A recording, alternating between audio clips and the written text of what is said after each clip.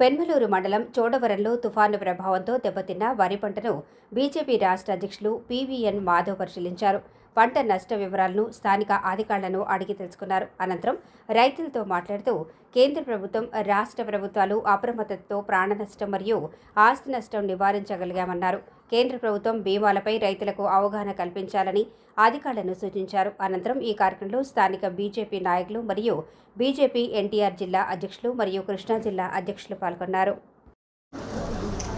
ఈరోజు మొంతా తుఫాను యొక్క ప్రభావం ఏదైతుందో అనుకున్న దానికన్నా తీవ్ర నష్టం జరుగుతుందని, అలాగే ప్రాణ నష్టం జరుగుతుందని ప్రభుత్వం చాలా అప్రమత్తంగా ఉండి అనేక రకాల రక్షణ మార్గాలు తీసుకోవటం, అలాగే అనేక మందిని నిర్వాసిత ప్రాంతాలకి పంపించడం, అలాగే పెద్ద ఎత్తున యంత్రాంగాన్ని, అలాగే కేంద్ర ప్రభుత్వం ఎన్డీఆర్ఎఫ్ సంబంధించిన 3 బృందాలని, అలాగే ఎస్డీఆర్ఎఫ్ బృందాలు, అలాగే పోలీస్, అలాగే అందరూ కూడా దీనికి సంబంధించిన అన్ని ఏర్పాట్లు చేయడం కారణంగా ముఖ్యంగా కాకినాడ, అమలాపురం ప్రాంతాల్లో ఈ యొక్క ఎక్కడైతే తీరం దాటిందో తుఫాన్ అక్కడ గాలులు తప్ప పెద్ద ఎత్తున నష్టం జరగకుండా నివారించగలిగాం. ఆ విధంగా ప్రాణ నష్టం లేకుండా చేయగలిగాం. ఇది కూడా ఎన్డీఏ ప్రభుత్వానికి ఇది గొప్ప పనిగా మేము భావిస్తాం. ముఖ్యంగా మన చంద్రబాబు నాయుడు గారు చూపిన చొరవ, ఆయన అందరినీ అప్రమత్తం చేసి 24/7 ఆ విధంగా వాచ్ చేయడం కారణంగా అనుకున్న దానికన్నా అయింది. అయితే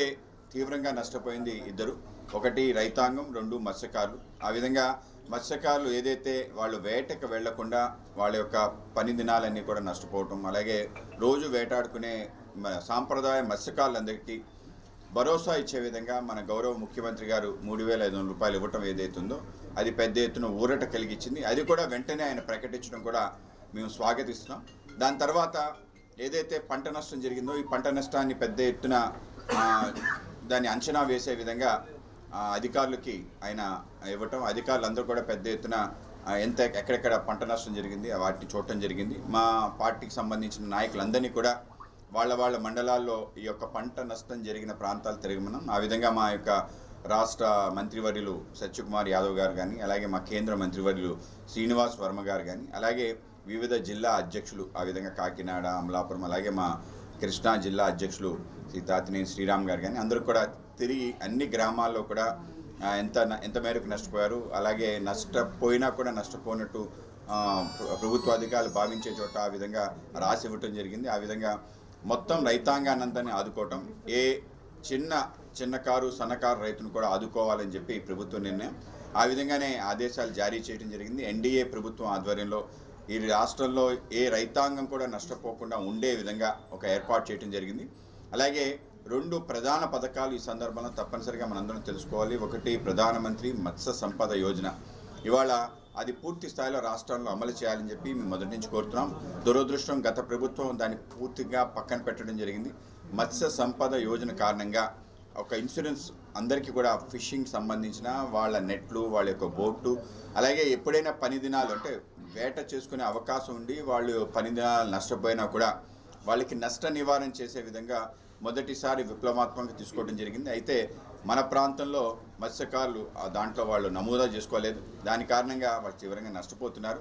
కనుక రాబో కాలంలో ఏ మత్స్యకారుడు కూడా నష్టపోకుండా ఉండే విధంగా మేము కూడా పెద్ద ఎత్తున ప్రధానమంత్రి మత్స్య సంపద యోజనలో జాయిన్ చేసే విధంగా వాళ్ళని బీమా పథకంలో వాళ్ళని దాంట్లో కలిపే విధంగా ఈ బీమా పథకం కూడా సమగ్రంగా అన్ని రకాల పనులతో పాటు వాళ్ళ ఫిష్ ల్యాండింగ్ సెంటరు, అలాగే వాళ్ళు అమ్ముకునే మార్కెట్ ప్లేస్ కూడా ఇన్సూరెన్స్ చేసే విధంగా ఒక వ్యవస్థ ఉంది. కనుక అందరూ కూడా ప్రధానమంత్రి మత్స్య సంపద యోజనలో చేరాలని కోరుతున్నాం. అలాగే రైతాంగానికి సంబంధించిన ప్రధానమంత్రి ఫసల్ బీమా యోజన ఏదైతుందో అది కూడా చాలా పెద్ద ఎత్తున ప్రచారం చేసినా కూడా రైతాంగం పెద్దగా జాయిన్ కాకపోవడం కారణంగా ఈ నష్టం ఏదైతుందో నష్టం ప్రభుత్వం భరించే ఒక పరిస్థితి వచ్చింది. కనుక అందరికీ కూడా మా విన్నపం ఏంటంటే రైతాంగం అంతా కూడా తప్పనిసరిగా ఫసల్ బీమా యోజన చేయించండి. ఈ యొక్క రైతు బీమా చాలా మీకు ఉపయోగకారిగా ఉంటుంది. దాన్ని యూనిట్ ఒక 10 ఎకరాలకి తీసుకురావడం జరిగింది. అలాగే హార్టికల్చర్ అయితే ఒక గ్రామానికి సంబంధించిన యూనిట్గా తీసుకొని ఆ గ్రామంలో ఏదైతే హార్టికల్చర్ సంబంధించిన నష్టం జరిగిందో దాని నివారణ, దానికి సంబంధించిన నష్టాన్ని అంచనా వేయడానికి అవకాశం దొరుకుతుంది. ఆ విధంగా బీమా ఏదైతే ఉందో అందరూ కూడా దాన్ని తీసుకోవాలి. ప్రభుత్వం ఏదైతే వాళ్ళు బీమా కడతారో ఆ ప్రభుత్వం దాంట్లో కూడా 50% వరకు ప్రభుత్వమే భరించే విధంగా వ్యవస్థ చేయడం జరిగింది. కనుక రైతాంగం అందరూ కూడా తప్పనిసరిగా బీమా చేసుకోవడం కారణంగా మీ అందరికీ ఉపయుక్తంగా ఉంటుంది. కనుక ఈ 2 పథకాల్లో రైతాంగం మరి మత్స్యకారులు చేరాలని చెప్పి కోరుకుంటున్నాను.